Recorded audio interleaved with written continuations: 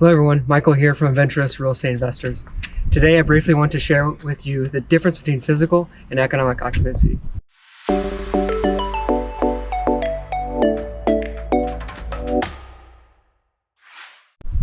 The physical occupancy rate is the proportion of occupied units. It is calculated by dividing the number of occupied units by the number of total units at the property. For example, if 92 units are occupied in a 100-unit apartment community, the physical occupancy is 92%. Economic occupancy is a little more complicated.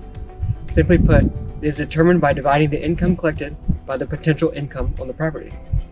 There are four main factors that could result in a loss to income on the property. Number one is loss to lease. Number two is concessions.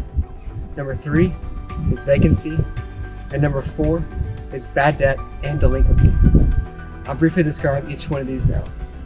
Loss to lease is basically the difference between the market rent and the actual rent, while concessions are credits that are given to offset rent, application fees, or other fees incurred by the resident, which is usually given to entice residents to sign a lease.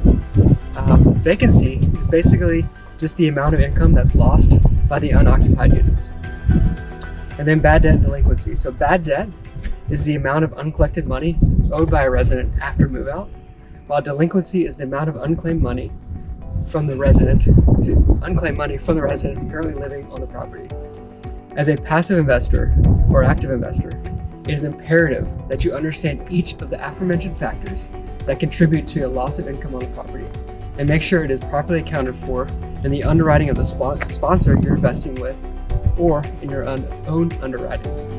Until next time, explore more, adventure awaits.